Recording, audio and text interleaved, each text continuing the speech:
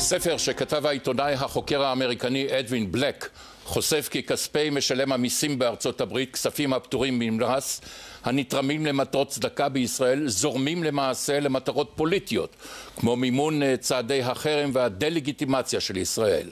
המחבר אדווין בלק כאמור כתב את הספר מימון הלהבות, ובו הוא חושף כי כספי התרומות מבחוץ מסייעים למימון של מערכת עימות ישראלי-פלסטיני וטרור נגד ישראל. למשל, ארגונים כמו הקרן החדשה לישראל סטו לדעתו מיעודם העיקרי למען מטרות פוליטיות. בלק כבר כתב כתריסר ספרים, ובהם אחד על הקשר בין חברת IBM בשעתו לבין השואה. הנה מה שאמר לנו אדווין בלק בריאיון על מסקנות שעולות מספרו החדש מימון הלהבות. The human rights movement and the NGO movement has actually been kidnapped by organizations who have gone beyond just protecting human rights for all citizens and now have a political agenda, and in many cases this political agenda is to boycott, divest, and sanction the state of Israel, delegitimize it, and even wipe the Jewish state out of the state of Israel. The title of your book is Financing the Flames. What are the flames? What do you mean by that? Well, the flames of confrontation, of terror, of terrorism, of delegitimization.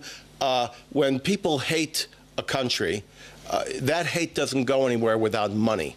And that money is coming from an endless pool of millions and millions of tax-deductible dollars in the United States and billions of dollars in the European Union. In many instances, organizations who are receiving this, let's look at the New Israel Fund, the George Soros Open Society Foundations, the Ford Foundation, many others. They're doing many, many good things.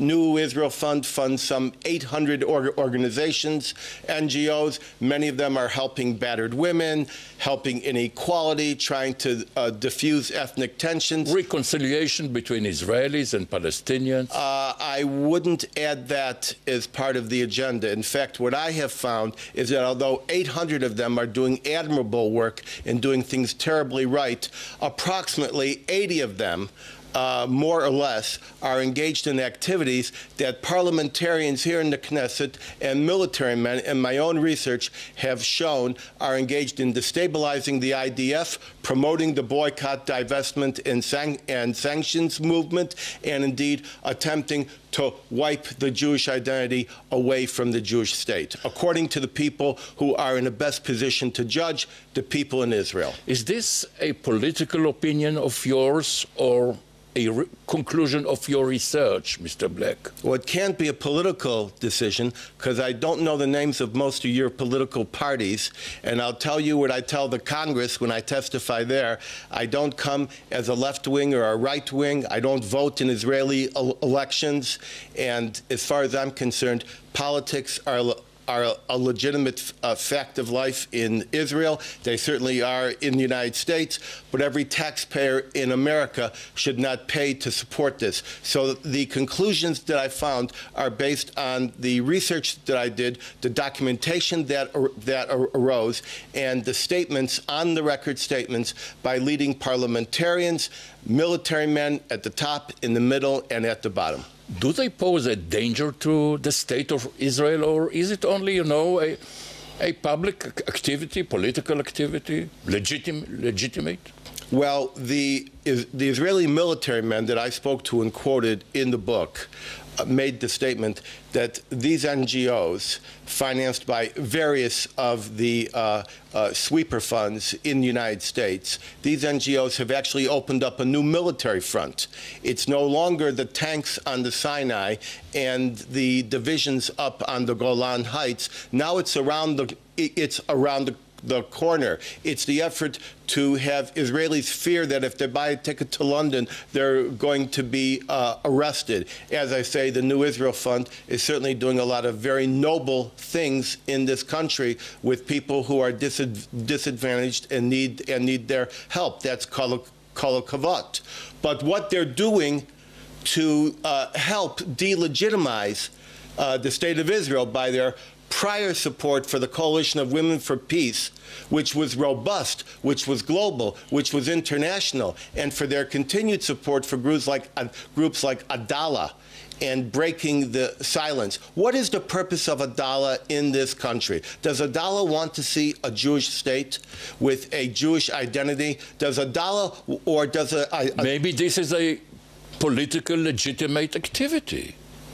Certainly. Of Adala, of other organizations. Absolutely. Within a free society. Of course it is. But Americans, American taxpayers, are not to support political parties with their own taxpayer dollars. I'm an American. This money comes from the US of A. That's why I wrote my book. Anyone with a Xerox machine and a website can set up a political party in Israel and advocate for whatever they want. We have 3 families. We have 4 synagogues. You know it well. But the fact of the matter is, Israel must be free to have its own politics, to have its own arguments without billions of dollars, billions coming in from the EU and from the United States to subsidize the political fight. That's not a fair fight. And all I talked about is, if you are a charitable organization, you should be involved in charitable works.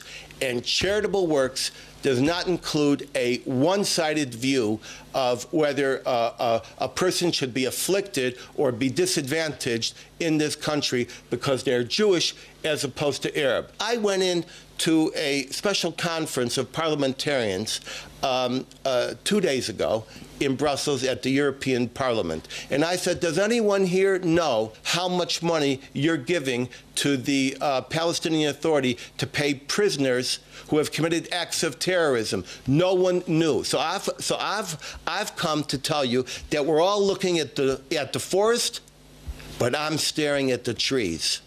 What should be the response of the Israeli government? You'll find out to your findings. I think that Israeli leaders are ill-equipped to discuss the realities of international law. The Australian foreign minister came here and said, I'm not sure that there's a violation of international law here. And guess what? The Australian foreign ministry was probably right. History counts. You asked who my political parties were. I only report to 2 political parties: the past and the future.